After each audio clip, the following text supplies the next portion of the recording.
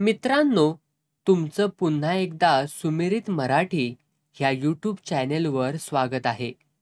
आजची कथा सुरू करण्यापूर्वी जर कोणी ह्या चॅनेलवर पहिल्यांदाच आले असाल आणि अजूनही सबस्क्राईब केले नसेल तर नक्की सबस्क्राईब करा.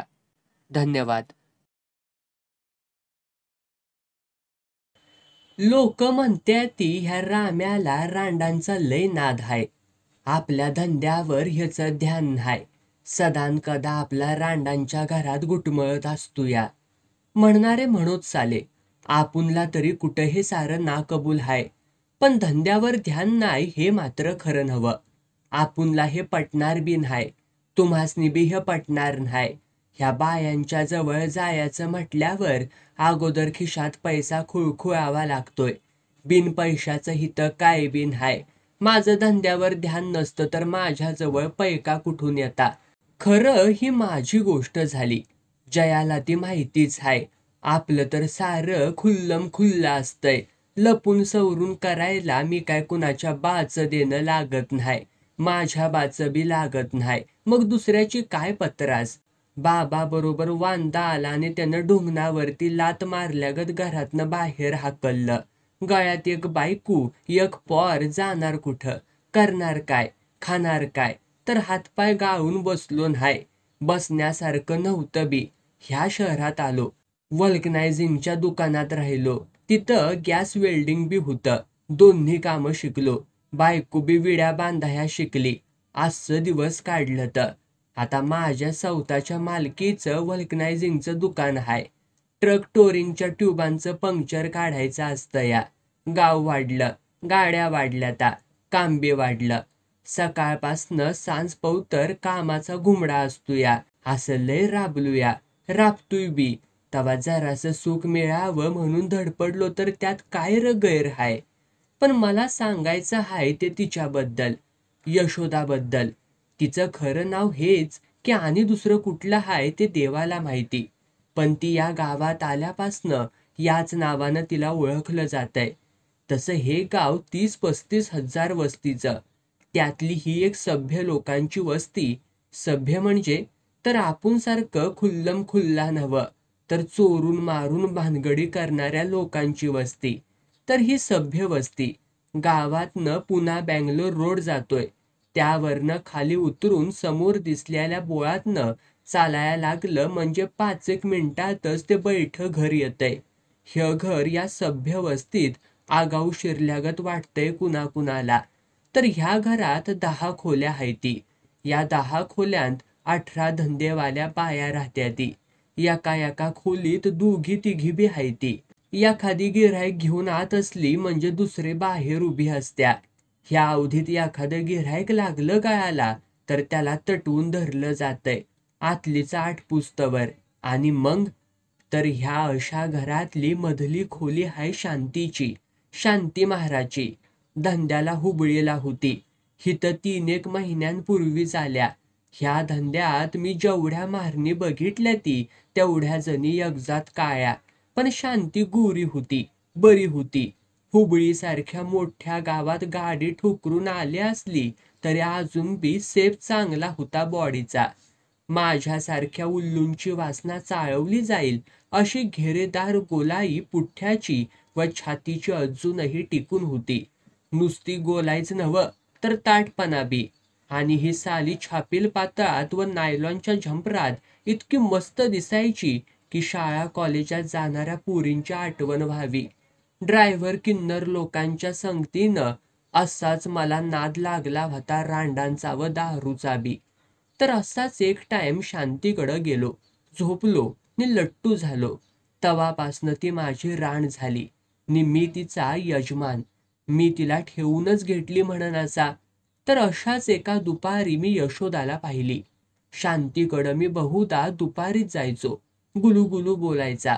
कवा इतकंच कवा झोपूसं वाटलं तर झोपायचाही तिच्याबरोबर. तर त्या दुपारी असाच शांतीकडे गेलो होतो आणि यशोदा दिसली. खोली बाहेर.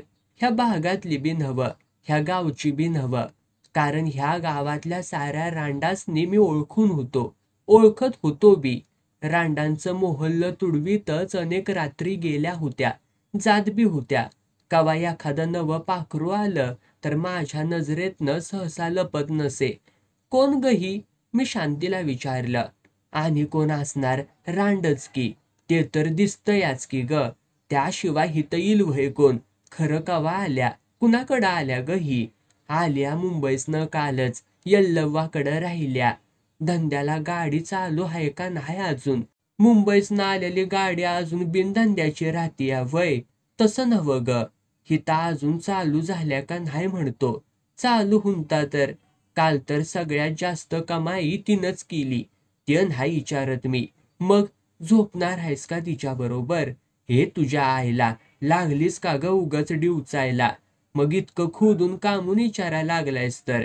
बाई नवी दिसली म्हणून विचारलं आपलं सहज. काय विचारू नये ग तसं? तसं नाही म्हणत मी. लय खुदून विचारतूयास म्हणून म्हटलं मी. का गोष्ट लागली व्हय तुला? लागायसारखं बोलल्यावरती लागू नये तर काय होणार? आणि ते बोलणं एवढ्यावरच कटलं. तर अशी मी यशोदाला बघितली. यशोदा एकटी नव्हती, तर तिला एक पोरगी बी होती. 4-5 वर्षाची, गुडगुटीत, देखणी, गोरी, कॅलेंडरवरच्या चित्रातल्या गत. आणि तिचं नाव तर किती चांगलं होतं, पद्मा. असं चांगलं नाव ठेवणारी यशोदा तर अप्रतिम होती. गुलजार, गोंडस, गबगबीत होती. घवघवीत गोरीपान देखणी, लांब सडक नाकाची, उंच सडसडीत बांध्याची, तरीही गबगबीत वाटणारी. पण लठ्ठ नव्हे, मातलेलीही नव्हे, रानमांस अंगावरती चढलेलीही नव्हे आणि हडकुळीही नव्हे. ह्या नाही त्या जागी परमेश्वराने नको तेवढं उधळलं होतं आणि ते साऱ्या गावाची धन म्हणून लुटलं जात होतं. इतकी देखणी, इतकी सुंदर आणि तरीही जवानीनं इतकी उफाळणारी पोरगी अजूनपर्यंत मी तरी ह्या धंदेवाल्या बायकांच्या जगात बघितली नव्हती. आपला तर भेजात चालत नव्हता. शांती म्हणत होती म्हणून मानायचं, नाहीतर यशोदा धंदा करत्या या गोष्टीवरती विश्वास बसणं कठीण होतं. नखरे नव्हते, इशारे नव्हते. रस्त्यानं कुणी जाताना खाकरणं नव्हतं आणि खोकणं नव्हतं. फिदी हसणं बी नव्हतं की तोंडावरती रगरगोटी नव्हती. ह्या धंदेवाल्या बायकांना निदान पान तंबाखूचं तरी जब्बर व्यसन असतंय, तेही हिला नव्हतं. अशी ही साधी, शांत, हसतमुख यशोदा, 24-25च्या उमेदीची, पूर्ण उमलल्याली. ह्या धंद्याच्या खडतर, कठोर, किळसवाण्या, लाजमुंड्या जगात वावरते कशी? ही कोमेजून गेली नाही, वाळली नाही, सुकली नाही, दुःखीही दिसली नाही. रोज इतक्या माणसांबरोबर झोपून, इतकं सारं करून, अशीनी इतकी टवटवीत कशी राहिले ती? माझी तर तिच्या आईला मतीच गुंग व्हायची. तिच्या व्यक्तिमत्वाचा प्रभावही असा की माझ्यासारख्या मुरलेल्या गड्यालाही तिच्याबरोबर ती बोलण्याची छाती होत नव्हती. मग सोम्या गोम्यांची तर गोष्टच अलग. गिऱ्हाईके ती यल्लव्वाशी बोलत, सौदा पटवीत हिच्याशी झोपत. ही झोपे. ह्या अवधीत ही गिऱ्हाईकांशी बोलत असेल, आणि बोलत असल्यास काय बोलत असेल, हे एक भयंकर कुतूहल. यशोदाला पाहिल्यापासून हे माझ्या मनात फिरत राहिलं. या कुतूहलापोटी वाटायचं, एकदा झोपावं हिच्याबरोबर, निदान बोलायला तरी मिळेल. ती काय कसं बोलते ते तरी समजेल. तसं तिच्याकडे बघितलं की मनावर दडपणच यायचं बघा. तिचा दबाव वाटायचा. मग झोपावं अशी भावना होणं लांबच, मला तरी वासनाच व्हायची नाही. पण मला वाटत राहायचं की एकदा तिच्याबरोबर बोलावं, यल्लव्वाशी सौदा ठरवावा आणि हिला घेऊन झोपायला जावं खोलीत. पण झोपू नये, तर बोलतच बसावं रात्रभर. तस्संच सालं हे एक अजबच होतं आपलं. तरीही ते खरं होतं. जेवढी यशोदा खरी होती, तेवढी पद्मा खरी होती. जेवढी शांती खरी होती, जेवढी यल्लव्वा खरी होती, तेवढंच हेही खरं होतं. ह्या एकाच गोष्टीसाठी मन वडणी खाया लागलं होतं, घोकत होतं आणि अचानक एक दिवशी यशोदानं हंतरून धरलं. ह्या गावात येऊन तिला अजून 2-3 आठवडं बी उलाटलं नव्हतं. तेवढ्यात अंथरुणावरती खिळणं आलं. ह्या पाखराला हितली हवा मानवली नाही की काय कुणाला दक्कल, पण तिच्या अंगात सनसनून ताप भरला. ती अंथरुणावरती खिळली. थकीरत भकास डोळे भिरभिरायचे. खोलीभर. कवा तापाच्या भिरंबीटीत तोंड जाबडायची, बडबडायची. मी बी एकदा गेलो होतो तिला बघायला. अंगात हात लावून बघितलं तर वेल्डिंगच्या पेटल्या बत्तीगत अंग गरम होतं. रमरमीत लागलं. ही इतकी आजारी पडल्या आणि मी यल्लववाला विचारलं, काय औषध पाणी दिलंय का आपलं? औषधाच्या दुकानातनं तापाच्या गोळ्या आणल्या ती. आज राती पतूर निवतोय का बघू. नाही निवला तर बघू, नाही तर दवाखान्यात नेऊ. उगच ह्या बाबतीत दिरंगाई उपयोगाची नाही. डॉक्टरला दाखवून काय ते वय नवं केल्यालं बरं. कुठली कोण कुणाला दक्कल. खरं उगच ह्या जागी ह्या अश्राप जीवाचं काय बरं वाईट व्हायला नको. ते बी खोटं नव्हं. खरं डॉक्टरला द्यायला पैसा तरी कुठं हाय जवळ. बघता वाजच्या रोज नाहीतर उद्याला निर्वाशा अप्पाकडलं पैसे काढताव याजानं नि करताव काहीतरी व्यवस्था. यल्लव्वाचं हे बोलणं ऐकून माझ्या ध्याईची आग आग झाली. आईला हिच्या हे राण म्हणते पैसे जवळ नाहीत, मग 2-3 आठवड्यांची यशोदाबाईची कमाई गेली तरी कुठं म्हणायची. मला खात्री होती ह्या रांडणच ती हडपली असणार, दडपली असणार. यशोदाच्या जीवापेक्षा हिला पैसा मोठा दिसत होता. यशोदा बिन औषध पाण्याची तशीच जगायला पाहिजे होती आणि तशी जगली असती तर बरंच होतं ह्या यल्लव्वाला. पुन्हा धंदा करून पैसा लाटता आला असता आणि यशोदा मेली असती तरी बी बरंच होतं. तिनं साठविल्याला पैसा घशात घालता आला असता. निशिवाय पद्मासारखी गोंडस पोरगी बी ताब्यात गावली असते आयतीच. तिला मोठी करून धंद्याला लावता आली असती. सोन्याचं अंड देणाऱ्या कोंबडीगत पाळता आली असती. यल्लव्वाचे दात, यल्लव्वाची नखे पूर्णपणे दिसून आल्यानं मी गडबडलो, हडबडलो. डोसकीत किडं पडल्यागत झालं. यशोदानी पद्मा, पद्मानी यशोदा ह्या अशराप जीवांना कसं वाचवावं तेच समजेना. सुन्न डोसक्यानं तसाच शांतीच्या खोलीकडं आलो. शांतीनं चहा केला होता, पण तो नेहमीसारखा गोड लागला नाही. रोजचीच एक सवय तसा प्यायलो. बाहेर पडलो. दुकानाकडं आलो. दोघं ड्रायव्हरनी एक किन्नर येऊन दुकानापुढं बोंबड्या मारत होतं. पंचर काढून ठेवलेल्या त्यांच्या ट्यूबा आत अडकून पडल्या होत्या त्या दिल्या. दाराच्या फटीतनं कुणी आत टाकलेल्या पंक्चर झालेल्या ट्यूबा सोल्युशन, कच्चं रबर वगैरे लावून मशीनवरती लावल्या. वरच्या वाटक्यात तेल वतून त्याला काडी लावली. राखेल पेटू लागलं. गरम वाटक्याखाली प्रेस झालेलं कच्चं रबर मऊ होऊन इन्नरीला चिकटू लागलं. मी पेटत्या राखेलकडे बघत होतो. मनात तशीच आग उसळू लागली होती. यशोदाशिवाय काय बी सुचत नव्हतं. डोसक्यात अनेक विचार उसळत होतं. अशीच सांज झाली. मग रात्र पडली. 8:30चा टाइम झाला. तशी मी मशीनवरची शेवटची इन्नर काढली. त्यावर खडूनं मोटार नंबर घालून दांडीवरती टाकली. दुकान बंद केलं आणि निघालो. शांतीकडे नव्हे, यशोदाकडे. कोण ही यशोदा? काय संबंध तिचा माझा? आणि इतकं बेचैन तरी काय म्हणून व्हावं मी? मला कळत नव्हतं. यशोदा एक वेसवा होती. अनेकांखाली आपल्या देहाची गादी पसरत होती. हे पटवून घेणं कठीणच जात होतं. ती आजारी पडली काय नि मेली काय कुणालाही नि कसलीही सोयर सुतक होणार नव्हतं. ती झोपली असेल पण पैसे घेऊन, बोलली असेल पण पैशासाठी. तेव्हा ती मेली तर का रडावं नि कुणी रडावं? अशा अनेक येतात जातात. अख्ख्या आयुष्यातनं उठतात आणि मरतातही. कोण उराला वाळू लावून घेणार? नि संबंध तरी काय? आपली खाज असते, त्यांची गरज असते, म्हणून तर धंदा थाटलेला. पैसे फेकले, खाज भागवली, संपला संबंध.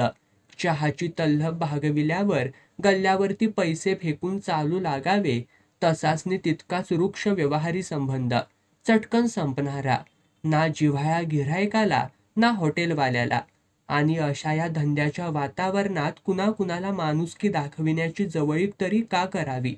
अशी जवळीक केली तर प्रकरण अंगाशी लागतंय. पैशालाही चाड बसते आणि खिसं सांभाळून तर राणबाजी करायचीच असते. पण तेच जर का सैल सोडलं तर ठोकरीनं उडवलं जातंय. हे तर अनेक वेळा दिसलेलं, प्रत्यक्ष बघितलेलं. मग यशोदाविषयी अशी आपुलकी का वाटावी? माझे सारेच विचार तिच्या भोवतीच केंद्रित का व्हावेत? काय तिचा माझा संबंध? मला हे कळत नव्हतं नि होतंही. ती बाजारू औरत, बाजारू वाटत नव्हती. रांड, रांड वाटत नव्हती. एखादी गरीब, अशराफ गरती बाई असावी नि ती अडचणीत गावल्यावर तिच्याबद्दल कणव यावी तशी मला येत होती. हे सगळं वेगळं होतं, अजब होतं, विलक्षण होतं, तरीही किती खरं होतं. आणि म्हणून माझी पावलं त्या वस्तीकडं वळत होती. त्या बैठ्या घराकडं झप झप पडत होती. झप झप. घर आलं. शांतीची खोलीही आली. दार ढकललं. आत शांती होती. स्वयंपाकाच्या उसाभरीत होती. आत गेलो. शांतीजवळ भिंतीलगतचा पाट सरळ केला आणि त्यावरती टेकताच शांतीनंच विचारलं, आज लवकरच आलास? काय येऊ नये जणू?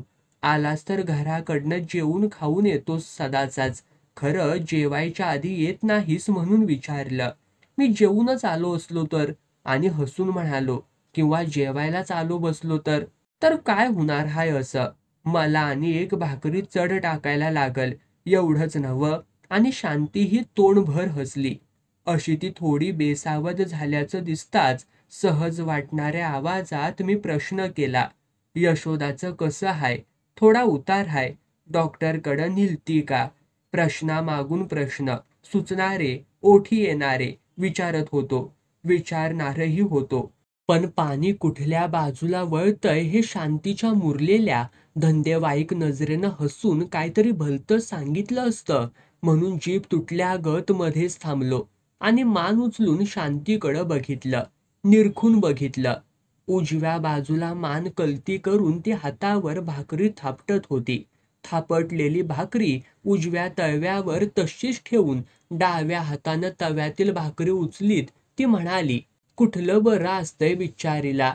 नावन नाव जास्तच खरं, कमी काय भी नाही. डॉक्टर? नेलतं की डॉक्टराकडं. कुणी? यल्लव्वानं? घ्यायचं घेऊन कुणाचं नाव घेतलास बघ. ती रांड कशाला नेल तिला? बाळारामनं नेलतं तिला. एकदम काळजावरची धोंड हलकी झाल्यागत वाटली. म्हणाली, ह्यो कोण बाळाराम? हाय असाच मांगाचा. तिच्याकडे येत होता सारखं सारखं. कवा रोज, कवा एक दिस आडानं, कवा 2 रोजानं. बिचारीला मग औषध पाणी मिळलं म्हणीनास? व्हय की, आता काय बी होईना तिचं. औषध पाणी केलं न्हाय असा तरी तळतळाट व्हायचा न्हाय, सराप लागायचा न्हाय. मला समाधान वाटलं. औषध मिळतंय हे एक चांगलं झालं. कुणी बळीराम नावाचा वेळेला धावून आला ते बरं झालं. आता जगली वाचली तिचं नशीब म्हणायचं. खरंच एक समाधान वाटू लागलं. त्या भरात शांतीच्या उघड्या मांडीला एक चिमटा घेऊन मी म्हणालो, बरं राहू देते.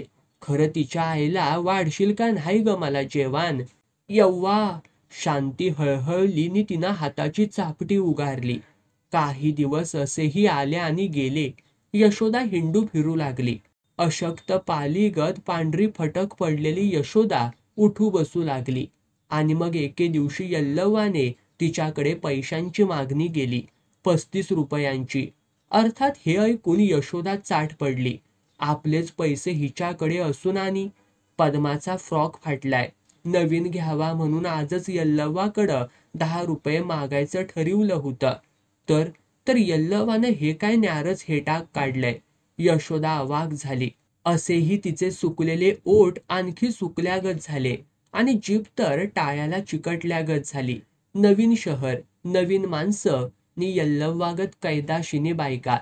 एक बोलावं तर बेक व्हायचं. अनेक जणींना अनेकांसाठी घालणारी यल्लव्वा आपली काय पत्रास ठेवणार? यशोदा गप्प बसलेली बघून यल्लव्वानेच खुलासा केला, तुझं साठल्याला सगळं पैसे खर्चलं तर आजारीपणात औषध पाण्याला.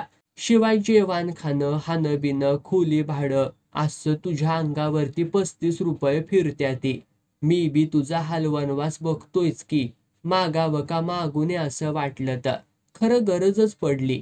निर्वाशाचं पैसं काढल्याती त्यानं सारखाच तगादा लावलाय. तवा त्याला द्यायला पाहिजे ती पैसं. बाळाराम आल्यावरती मागून बघ उसनं म्हणून का असं ना मागून घे. दिल बघत्यो.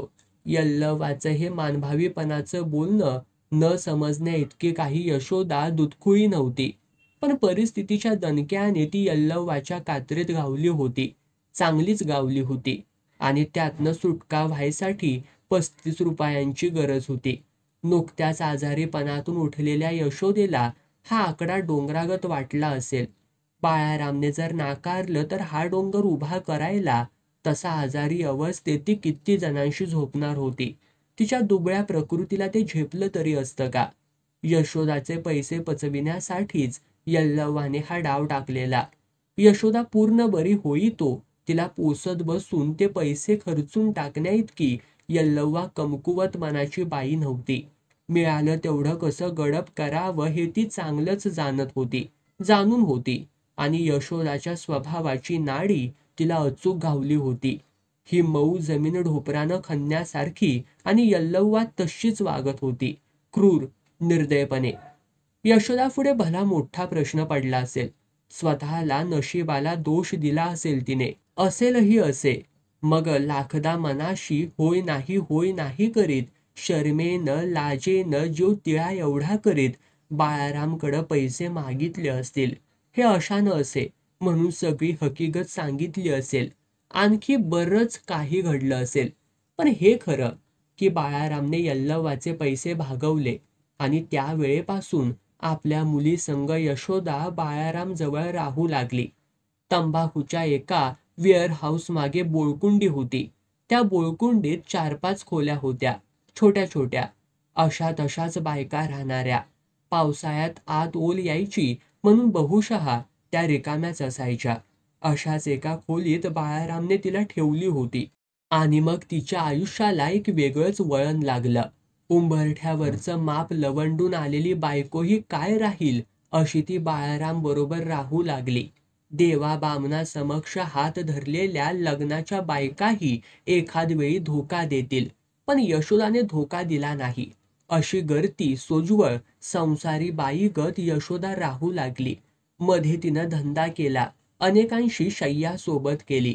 हे जणू काय एक किळसवानं स्वप्न होतं असं वाटावं असं वागणं होतं तिचं. दिवसाला तिचं तोंड धुणं नाहणं धुणं पाणी भरणं वगैरे व्हायचं. मग ती खोलीत गडप व्हायची. दार पुढं ढकललेलं असायचं. यशोदा आत हाय हे कळायचं, पण ती कशी कसली हाय हे कुणाला पाहता आलं नाही. वेश्यांच्या नादिष्ट लोकांचं एक वेगळंच जग असतं. ह्या जगात यशोदाबद्दल हे सारं उडत उडत ऐकायला मिळायचं आम्हाला. अजबच वाटायचं ऐकून. मग एक वेश्या अशी वागू शकेल हे मनाला पटवून घेण्यास फार कष्ट पडायचे. रात्रीच्या वेळी बाळाराम येण्यापूर्वी आम्ही काही जण त्या मोगळातही गेलो होतो. यशोदाच्या बंद दारावरती धक्के व थापा मारल्या होत्या. पैशांचं प्रलोभन दाखवलं होतं. झोपण्याबद्दल विनवण्या केल्या होत्या. पण त्या घट्ट मनाच्या बाईनं दार उघडलं नाही. अशी यशोदा आम्हा इबलीस लोकांच्या परीक्षेत पास झाली आणि मग आमच्या जगानंही तिच्याकडं पाठ फिरवली. म्युनिसिपाल्टीनं मास्टर प्लॅनिंग काढलं आणि तो अरुंद बोळ रुंद करून राजरस्ता केला गेला. ह्यामध्ये वेश्यावस्तीचं ते घर भुईसपाट झालं. त्यातल्या साऱ्या पोरी बायका गावात इकडे तिकडे विखुरल्या. जागा मिळेल तिथं राहायला गेल्या. शांतीला गावात दुसरीकडं खोली मिळाली नाही म्हणून तिनं नाईलाजानं यशोदा शेजारची खोली घेतली नि तिथं राहायला गेली. शांतीमुळं का असेना असा मी यशोदा शेजारी आल्याने यशोदाचं हे नव्यानं सुरू झालेलं जीवन जवळून बघायला ऐकायला मिळत होतं. बाजारहाट करायला यशोदा आपल्या त्या छोट्या पोरीला लावून द्यायची. तीही चिरमुंडी सांगल ते बिनचूक आणायची. केव्हा ती आण्याचा गूळ, आण्याची चहा पावडर असं स्वतःशी पाठ करीत दुकानाकडे चाललेली दिसायची. केव्हा आण्या 2 आण्याचं शिप्पीभर यशेल नाहीतर खोबरेल घेऊन परतत असलेली आढळून यायची. केव्हा बाळारामही काहीतरी घेऊन यायचा. असं चाललेलं होतं. सुरुवातीचे काही दिवस असे सुखाचे गेले, फुलले. नंतर तेही कोमेजले. बाळाराम आजूबाजूच्या खेड्यावरनी गोळ्या, बिस्किट केव्हा गारेगारनी असलंच काहीतरी विकायला जायचा. सायकलीवरनं खर्च अर्च जाऊन दिवसाला 2-1 रुपये उरले तर उरायचे. असल्या ह्या तुटपुंज्या मिळकतीवरती किती दिवस झेले फुलत राहणार. मग तर तो यशोदाला घरखर्चालाही पुरेसे पैसे देईनासा झाला. हे अजब होतं, विचित्र होतं, विपरीतही होतं. मला आठवतंय पक्क माहिती हाय. एक एक दिवस यशोदा व तिची ती छोटी पोर कपभर गुळाचा चहा नि कॉरभर पावाच्या तुकड्यावरती राहायचीत.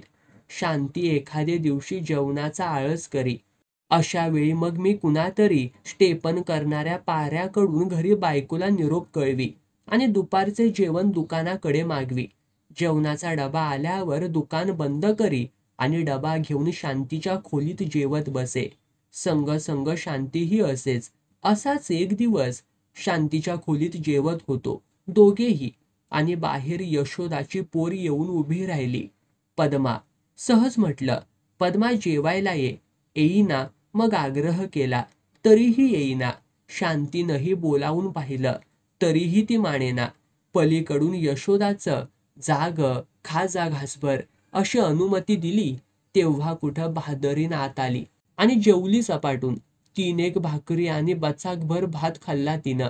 तिच्या वयाच्या मानानं हे अजब होतं. तरी माझ्या मनाला विचार स्पर्शून गेला. ह्यो कोवळा अशराफ जीव किती दिवस उपाशी अनवशी अर्धपोटी हाय कुणाला दक्कल. आणि यशोदा तर मनात आलं अशी उपाशी तापाशी किती दिवस रेटणार यशोदा.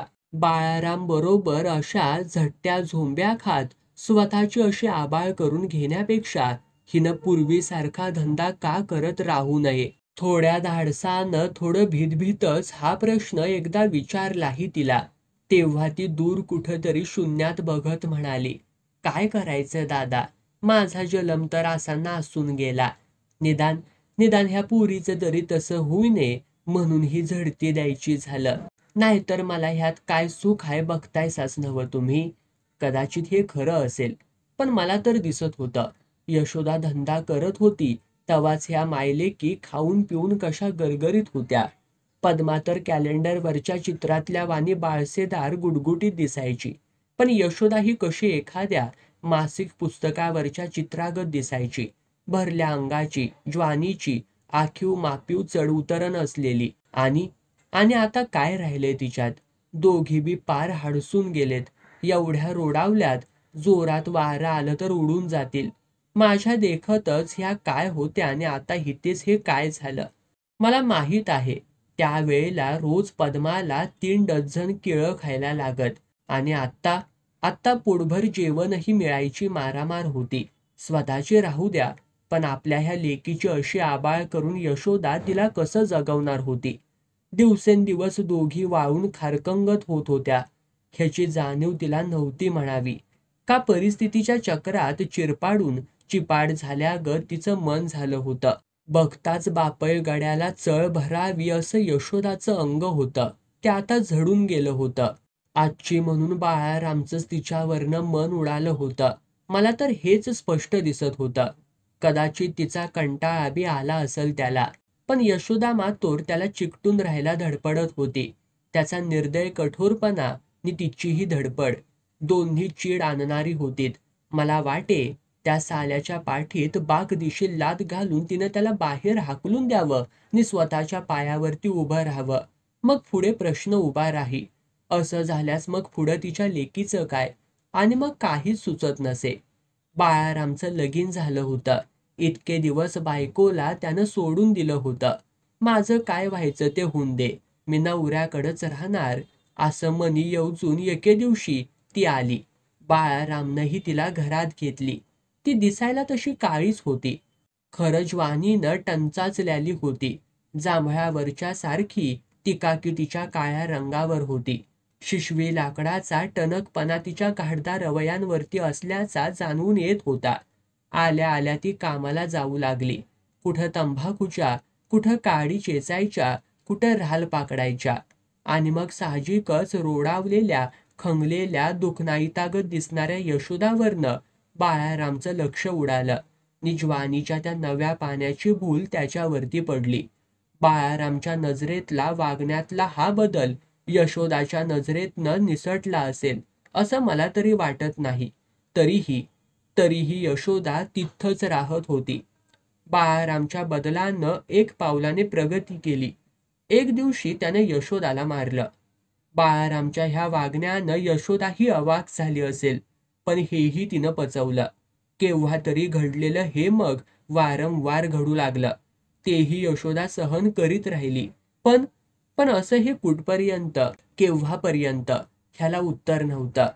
वास्तविक यशोदाची ही गोष्ट हितच संपायला हवी. पण खऱ्या आयुष्यातल्या गोष्टी अशा संपत नसतात. संपणाऱ्याही नसतात, त्या चालूच असतात. किंवा असं तरी घडायला हवं होतं. यशोदाची सहनशक्ती संपून गेली. आपलं एक बोचकं पोर घेऊन ती स्टँडवर जाते. मी व शांती तिला पोचवायला जातो. यष्टी हलते.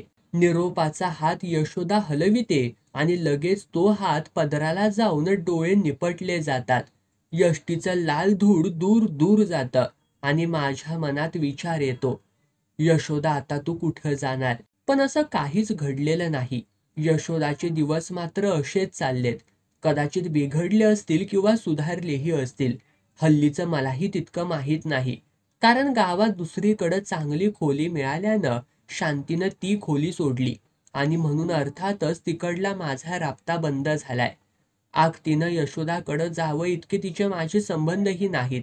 माझ्या मनात तसा जिव्हाळा असला तरी जवळीक मात्र नाही. तशी ती व्हावी अशी इच्छाही नाही. कारण तसं काही झालं तर ते माझ्याच खिशाला खार घासणारं होईल, असं माझं धूर्त व्यवहारी मन मला बजावतंय. खरं सांगायचं तर पूर्वी वाटत होतं. तसं आकर्षणही आता यशोदाबद्दल वाटत नाही मला. राहू जाओ, कशीही असो, मला काय त्याचे? मी का म्हणून उराला वाळू लावून घ्यायची? तिची ती पोर पद्मा, ती मात्र कधी कधी बाजार करण्यासाठी जाताना दिसते आणि तिच्याकडे पाहिलं की माझं काळीच तुटल्यागत होतं. एवढंच. कधी आलं मनात तर तिच्या हातावर 10-15 पैसे ठेवतो. एवढीच काय ती माझी तिच्याबद्दलची सहानुभूती. यशोदा आणि मी, आमच्या दोघांमध्ये हा इतका दुवा राहिलाय आता.